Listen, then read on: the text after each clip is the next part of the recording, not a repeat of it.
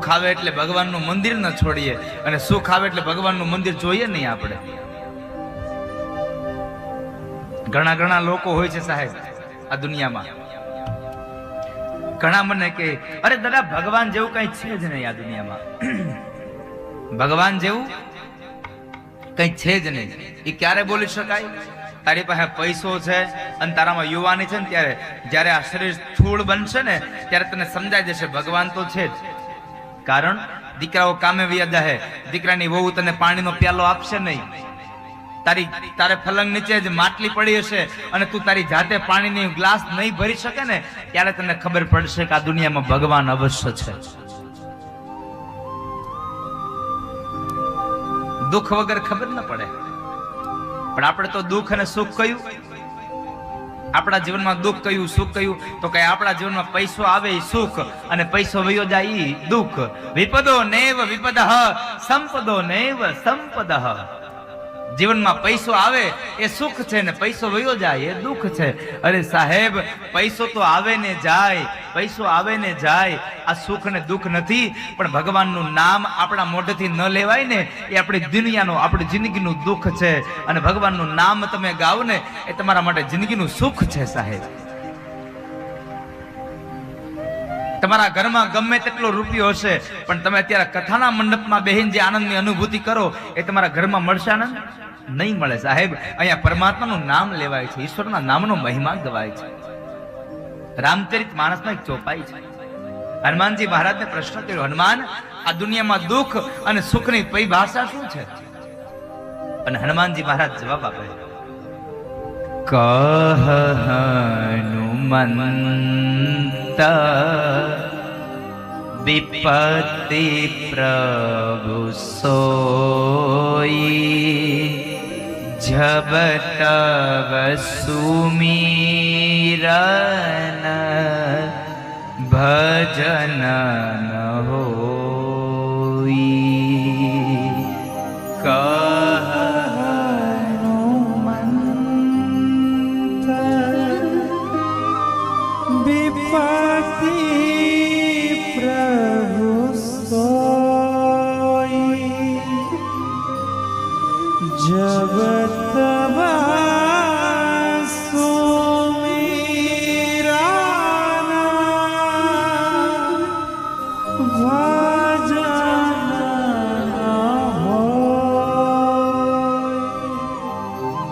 હનુમાન આ દુનિયામાં સુખ અને દુઃખ શું છે?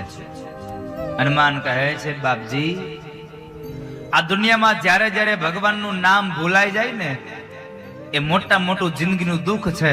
અને જ્યારે જ્યારે ભગવાનનું નામ યાદ આવે ને, જ્યારે ભગવાનના ગુણાનુવાદ ગવાય ને એ આ દુનિયાનું સૌથી મોટું સુખ છે. આ દુનિયાનું સૌથી મોટું સુખ છે. જબ તવ સુમીરન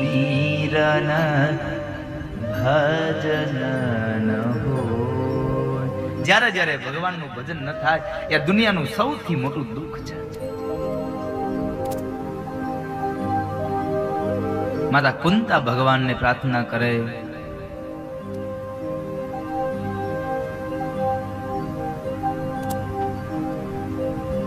દ્રૌપદી ભગવાનની પ્રાર્થના કરે, 5 પાંડવો ભગવાનની પ્રાર્થના કરે, અને ભગવાન રોકાયા. કોના માટે? દ્રૌપદી, પાંડવો, કુંતા, ઉત્તરા માટે ના, તો ભગવાનને એનું પોતાનું આપેલું વચન, દાદા ભીષ્મને જે વચન આપ્યું હતું ને યાદ આવ્યું. દાદા ભીષ્મને આપેલું વચન યાદ આવ્યું. કયું વચન? આ વચન ક્યારે આવ્યું? કુરુક્ષેત્રના મેદાનમાં યુદ્ધ ચાલે છે ને, એ યુદ્ધની અંદર 1, 2, 5 દિવસ વ્યતીત થયા અને દુર્યોધને દાદા ભીષ્મને મેણું માર્યું.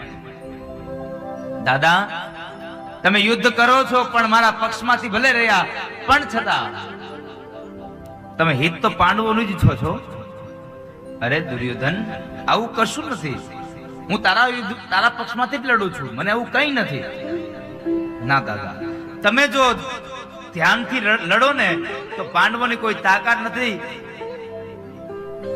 કે આવતીકાલનો સૂર્ય ઉદય જોઈ શકે. ભીષ્મ કહે છે કે દુર્યોધન તને જો મારામાં ભરોસો ન હોય ને તો એક કામ કર, આજ રાત્રિના સમયે જ્યારે હું ભગવાનનું ભજન કરવા બેસું ને ત્યારે તારા પત્ની ભાનુમતીને મારી પાસે મોકલજે, એટલે હું એને અખંડ સૌભાગ્યવતી ભવના આશીર્વાદ આપી દઉં અને પછી કાલ તારા પક્ષમાંથી યુદ્ધ કરું તો તને ભરોસો આવશે ને? હા દાદા, તો મને ભરોસો આવે. કઈ વાંધો નહીં. યુદ્ધ વિરામ થયું. સાંજના સમય બરાબર દાદા ભીષ્મ પોતાની છાવણીમાં ગયા, પાંડવો પોતપોતાની છાવણીમાં ગયા, રાતનું ભોજન કરી પરવારી અને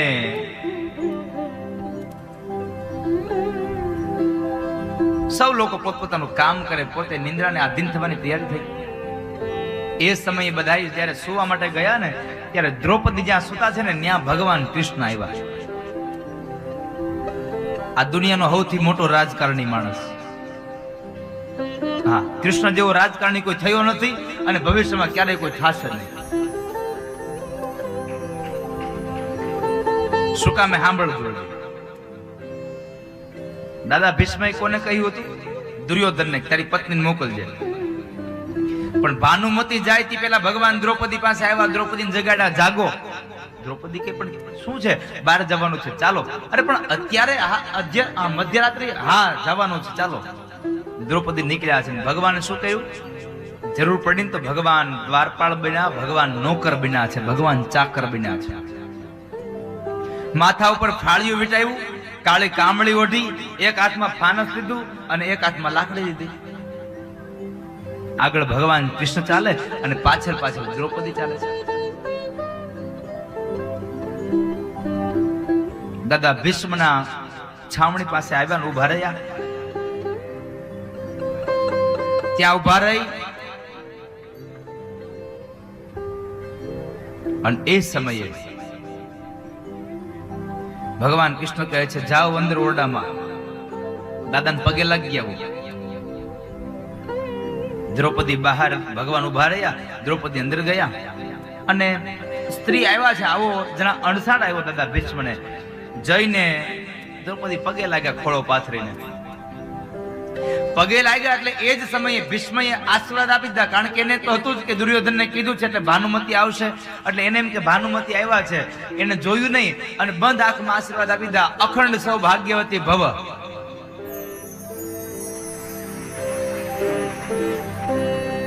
દાદા ભીષ્મે આશીર્વાદ આપ્યા. દ્રૌપદી બોલ્યા, દાદા હવે આ કુરુક્ષેત્રના મેદાનમાં કદાચ ગમે તેટલા દિવસ યુદ્ધ ચાલે ને અને યુદ્ધની અંદર પાંડવો ગમે એની લડે ને તો હવે મને બીક નથી, કારણ મારા બાપના આશીર્વાદ મારા માથા ઉપર છે.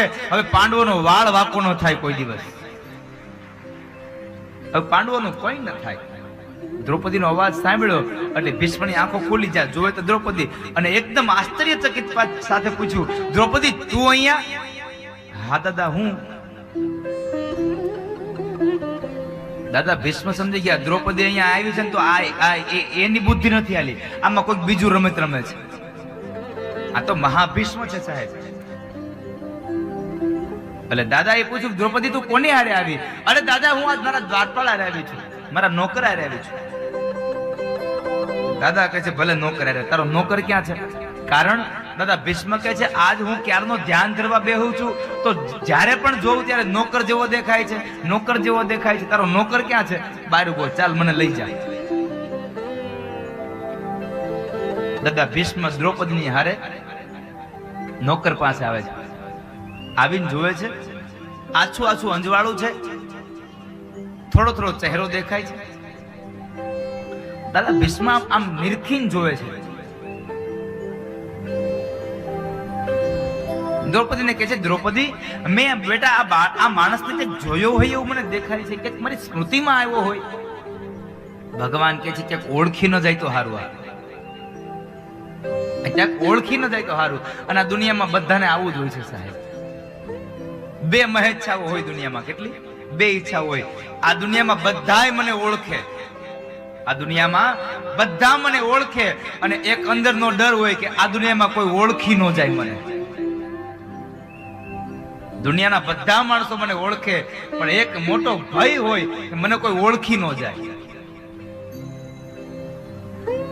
ભગવાન જરા નીચે જોઈ ગયા, દાદાથી ન રેવાયું એટલે માથા ઉપરની કામળી ઉતારી, ઉપરનું બાંધેલું ફાળિયું ઉતાર્યું અને જે ફાનસ નજીક લાવીને જ્યાં જોયે તો ઓહો ભગવાનની લહેરાઈ એ જુલ્ફો લહેરાઈ ગઈ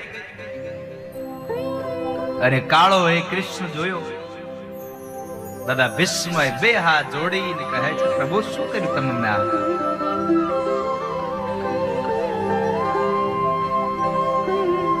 તમે મારી પૂજાનું મને આ પરિણામ આપ્યું, તમે મને છેતરી ગયા છો.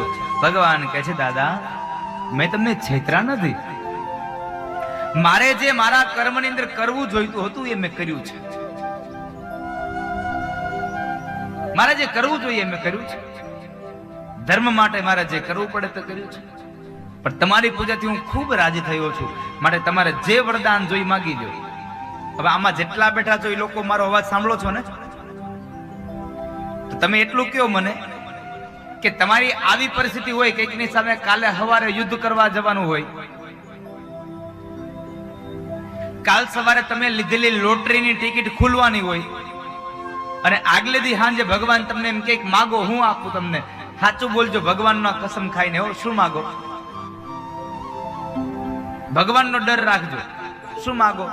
યુદ્ધ કરવા જવાનું તો એમ માગો કે મારી જીત થઈ જાય, અને લોટરી ખુલવાની તો શું થાય? હે ભગવાન આ લોટરી મને લાગી જાય. દાદા ભીષ્મે ન માગ્યો યુદ્ધની જીત, ન માગી લોટરી. શું માગ્યું? મારો અંત સમય જ્યારે આવે પ્રભુ, તમે રહેજો આ નહીનો નિસામે પ્રભુ. મારો સમય જ્યારે આવે પ્રભુ, તમે રહેજો આ નહીનો નિસામે પ્રભુ. મારો અંત સમય જ્યારે આવે પ્રભુ, તમે રહેજો આ નહીનો નિસામે પ્રભુ. મારો અંતે સમય જ્યારે આવે પ્રભુ, તમે રહેજો આ નહીનો નિસામે પ્રભુ. મને સ્વર્ગ મળે કે ના મળે, મારે દર્શન તમારા કરવા છે. મને સ્વર્ગ મળે કે ના મળે, મારે દર્શન તમારા કરવા છે. મુક્તિ મળે કે ના મળે, મારે ભક્તિ તમારી કરવી છે.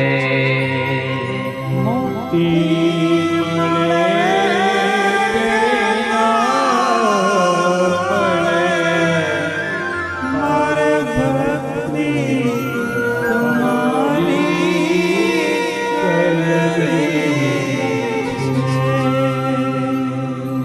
છે. હે ભગવાન, મારે બીજું કઈ ન જોઈએ, મારે જોઈએ તો એટલું જ જોઈએ કે મારો અંત સમય આવે ત્યારે તમે મારી સામે હોય અને મારો પ્રાણ તત્વ જ નીકળી જાય. મારે બીજું કશું ન જોઈએ. પણ આપણે તો ભગવાન પાસે માંગવાનો વારો આવે એટલે હે ભગવાન મને પૈસા દેજો, મને ગાડી દેજો, મને બંગલા દેજો. પણ એક વાત યાદ રાખજો, તમે માગો અને ભગવાન આપી દે આવું નહીં બને સાહેબ. કારણ આપણે ગાંડા છે, ઈ થોડો ગાંડો છે. માગવાનું માગીએ, ન માગવાનું માગીએ, એમાં કાંઈ ફેર નહીં પડે. એને જેટલું આપવું છે એટલું જ આપશે. પણ આપણે તો કેટલું કેટલું માગી લઈએ ને કેટલી વસ્તુમાં. મારી એક ગીતની પંક્તિ છે, બે પાંચ ફૂલ લઈ મંદિરે આવે, મને મનાવવા માનતા માને.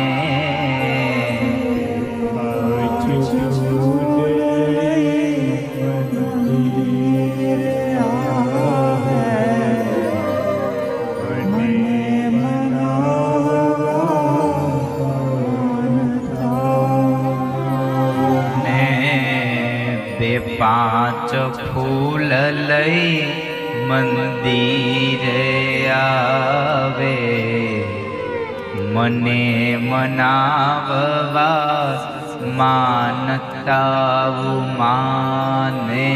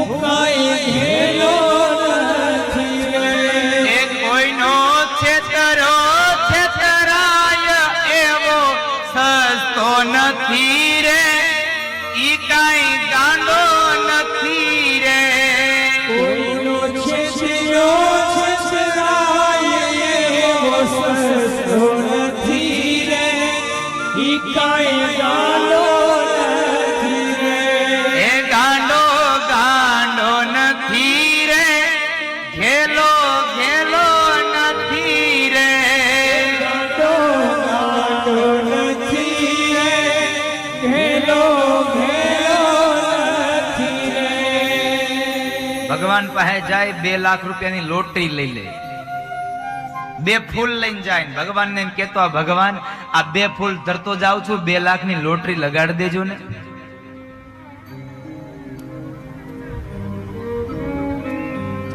અરે સાહેબ, 2 ફૂલમાં 2 લાખ આપી દે. અમુક અમુક તો ભગવાનની માનતાઓ કરે, વાત જવા દે. હે ભગવાન, અમારી ભેંસ ખોવાઈ ગઈ છે, જો ભેંસ ચડી જાય ને તો 1 ડબ્બો તેલ તમને હું ચડાવે. 50,000 ની ભેંસ ને 1500 નો ડબ્બો.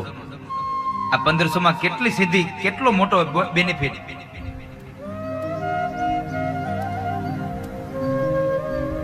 ભગવાનના મંદિરે જઈએ ને આપણે તો કોઈ દિવસ ખાલી હાથ ન જવું.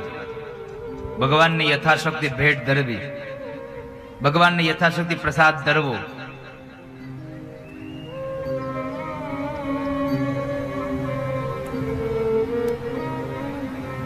પછી ન્યા આઘા ઉભા રહીને પછી આઠમના ઘા ન કરવા.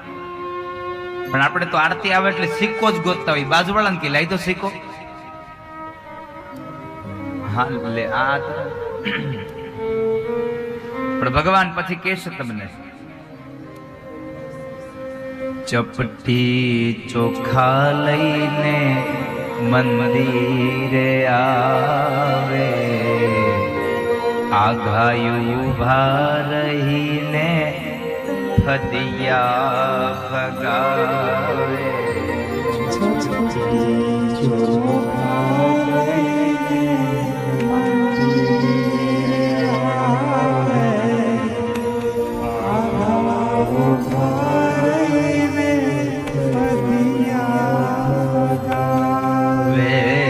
ચપટી ચોખા લઈને મંદિરીએ આવે, આઘાયું ભારહીને ફદિયા ફગાવે.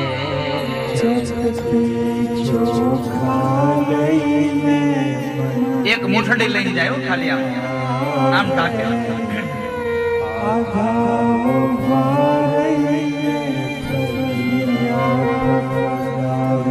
એવા પિતળિયા હું કાંઈ લેતો નથી રે, હું કાંઈ ગાંડો નથી રે. એવા પિતળિયા હું કાંઈ લેતો નથી રે, હું કાંઈ ગાંડો નથી રે. એવા પિતળિયા હું કાંઈ લેતો નથી રે, હું કાંઈ ગાંડો નથી રે. એવા પિતળિયા હું કાંઈ લેતો નથી રે, હું કાંઈ ગાંડો નથી રે.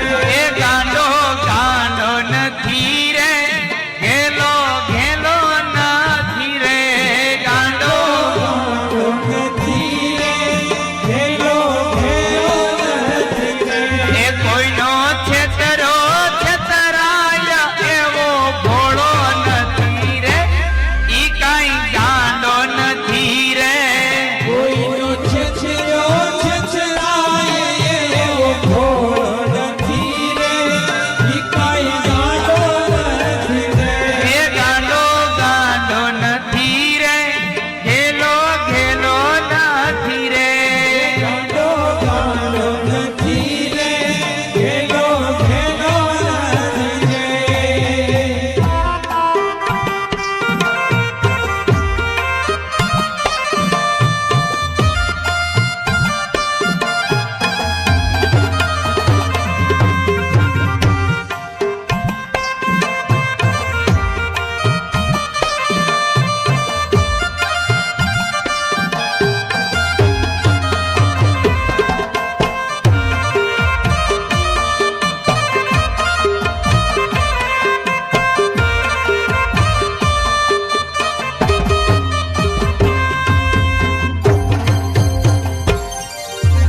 બે પાંચ ફૂલ લઈ મંદિરીએ આવે, મને મનાવવા માનતાવ માને.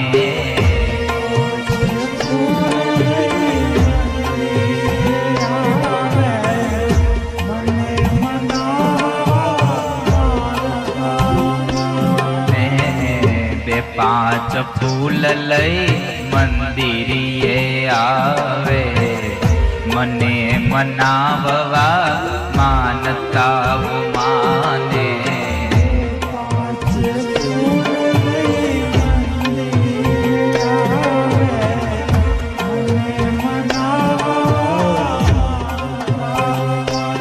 એવા બે ફૂલના બે લાખ દેતો નથી રે, હું કાંઈ ગાંડો નથી રે. એવા બે ફૂલના બે લાખ દેતો નથી રે, હું કાંઈ ગાંડો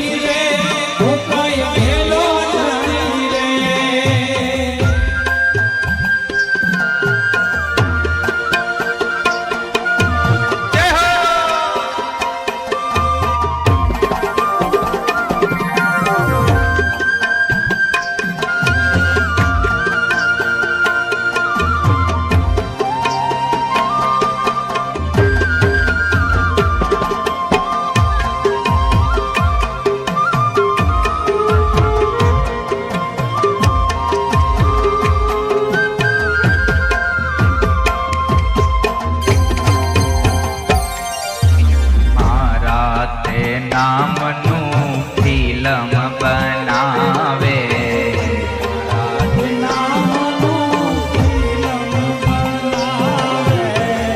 મારા તે નામનું ફિલ્મ